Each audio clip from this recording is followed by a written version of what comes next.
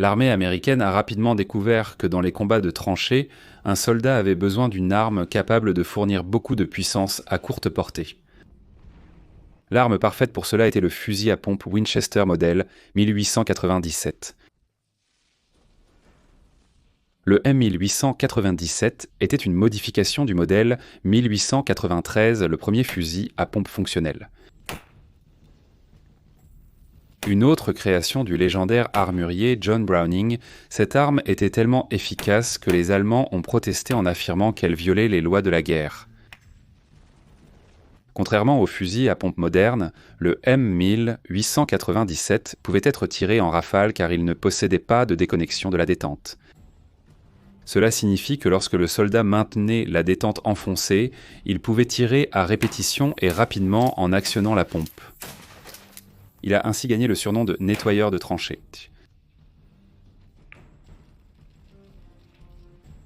Le nettoyeur de tranchées pouvait également utiliser la baïonnette M1917, le même modèle que celui utilisé par l'Enfield américain, ce qui en faisait une arme encore plus mortelle au corps à corps. Le fusil à pompe modèle 1897 est une amélioration du modèle 1893 conçu par John Browning. Ceci est un fusil à pompe, ce calibre 12 en particulier. Les fusils à pompe ont d'abord été adoptés pour être utilisés contre les Maros lorsque nous combattions les Maros aux Philippines pendant l'insurrection philippine à l'époque de la guerre hispano-américaine. Nous avions hérité des Philippines. C'était une colonie espagnole et les Maros étaient un groupe. C'étaient des musulmans. C'étaient des gens qui se mettaient dans une sorte de ferveur. Souvent, ils liaient très fermement leurs membres et extrémités afin que, lorsqu'ils étaient touchés par des tirs, ils ne saignent pas rapidement et puissent infliger un maximum de dégâts. C'étaient des gens qui considéraient qu'il était de leur devoir de tuer les infidèles, les occupants de leur nation. Mais le modèle 1897 ici est, comme je l'ai mentionné, un fusil à pompe. Il fonctionne très simplement en utilisant ce levier en bois sous le canon pour recharger un coup supplémentaire.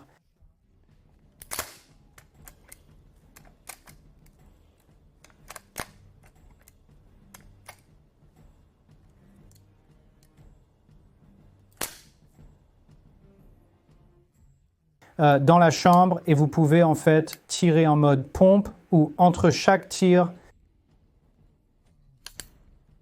pomper le mécanisme pour tirer rapidement avec ses armes. Mais le 1897, celui-ci en particulier, a été fabriqué pour la Première Guerre mondiale et il peut être équipé d'une baïonnette ici.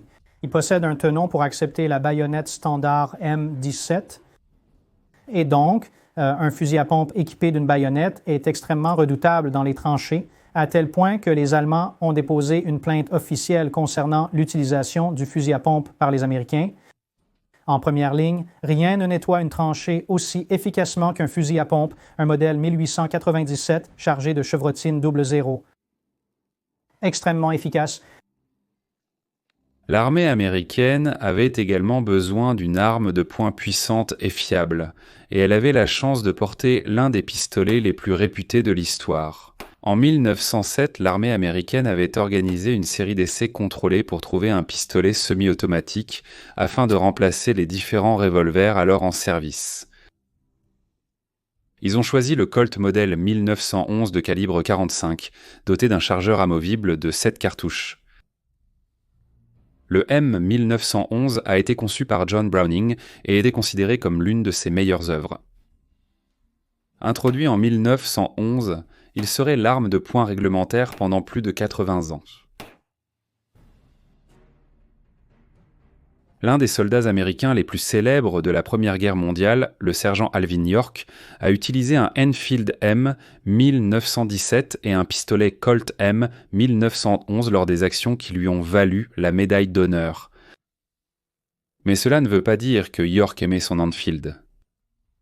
Il a écrit en mai 1918.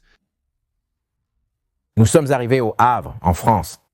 Nous avons rendu nos armes et reçu des armes britanniques. À ce moment-là, je m'étais attaché à mon arme. Je l'avais démontée et nettoyée suffisamment pour connaître chaque pièce, et je pouvais presque la remonter les yeux fermés. Je n'aimais pas tellement les fusils britanniques. Je ne pense pas qu'ils étaient aussi précis que nos fusils américains.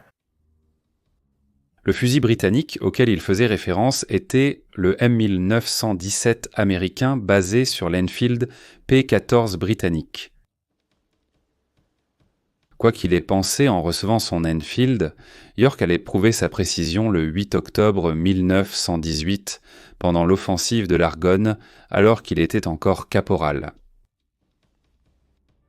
York a tenu un journal pendant toute la guerre et a décrit les événements de ce jour-là.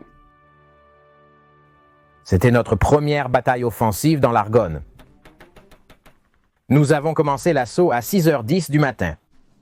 Et les Allemands mettaient leurs mitrailleuses en action partout sur la colline, devant nous, ainsi qu'à notre gauche et à notre droite.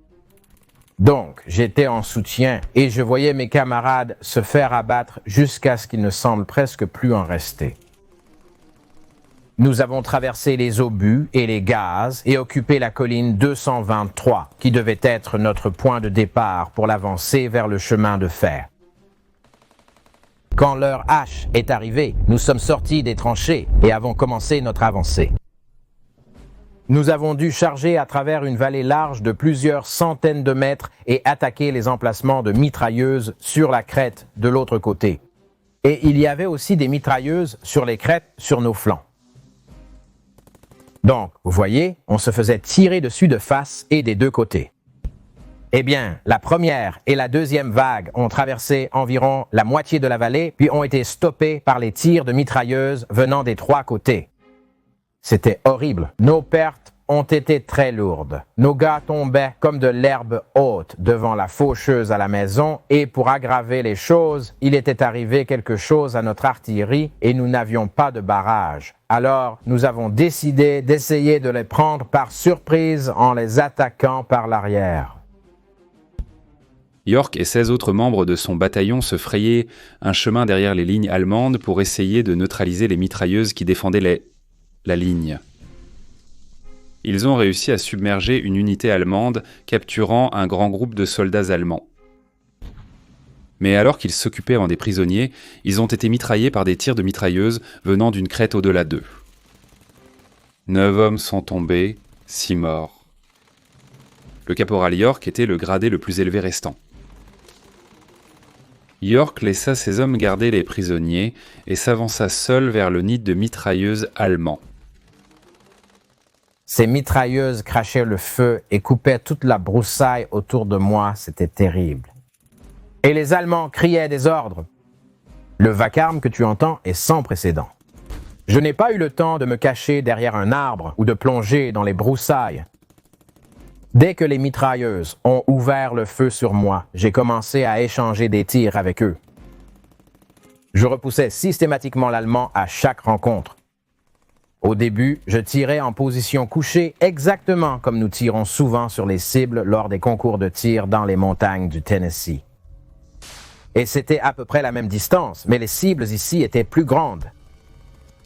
Au milieu du combat, un officier allemand et 5 hommes ont sauté hors d'une tranchée et m'ont chargé avec les baïonnettes fixées. Ils devaient me parcourir environ 25 mètres, arrivant à toute vitesse. Je n'avais plus qu'un demi-chargeur dans mon fusil, mais j'avais mon pistolet prêt. J'ai tiré d'abord sur le 6e homme, puis sur le 5e, ensuite sur le 4e, et ainsi de suite. C'est comme ça qu'on chasse les dindons sauvages chez moi. Vous voyez, on ne veut pas que ceux de devant sachent qu'on abat ceux de derrière. Comme ça, ils continuent d'avancer jusqu'à ce qu'on les ait tous. C'est vrai, je n'y ai pas pensé. Ça ne m'est pas venu à l'esprit. Je sais aussi que si ceux de devant hésitaient ou si je les arrêtais, ceux de derrière se coucheraient et me balanceraient une salve pour m'avoir. Puis, je suis retourné à mon fusil et j'ai continué à poursuivre ces mitrailleuses. Je leur ai crié de descendre et de se rendre. Je ne voulais plus tuer, mais je n'avais pas le choix. J'en abattais quelques-uns et je criais de nouveau. Face à ces pertes croissantes, le lieutenant allemand commandant l'unité a appelé York en anglais pour lui proposer leur reddition. York a accepté. Comme l'indique un mémorial dans le village français de Châtel-Chéhéry, armé d'un fusil et d'un pistolet, il réduit au silence le bataillon allemand de 35 mitrailleuses, tué 25 soldats ennemis et capturé 132.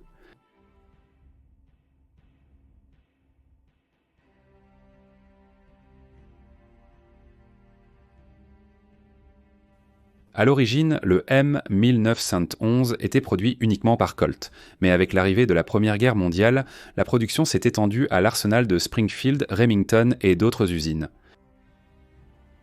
Même cela ne suffisait pas à répondre à la demande. Pour combler ce manque, les États-Unis ont passé un contrat avec Colt et Smith & Wesson pour la production de revolvers à 6 coups de calibre 45. Les deux entreprises ont chacune produit un modèle similaire de revolver modèle 1917. La Grande Guerre s'est terminée avec l'armistice signé le 11 novembre 1918.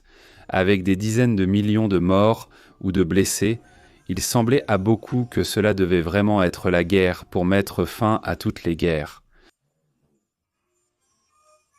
Mais les germes de la Seconde Guerre mondiale ont été semés dans les traités de la Première Guerre mondiale. Une seule génération plus tard, la guerre allait de nouveau envelopper le monde. Les Américains allaient combattre en Europe et dans le Pacifique, cherchant à trouver la paix au bout du fusil américain et à travers l'évolution de l'arme à feu.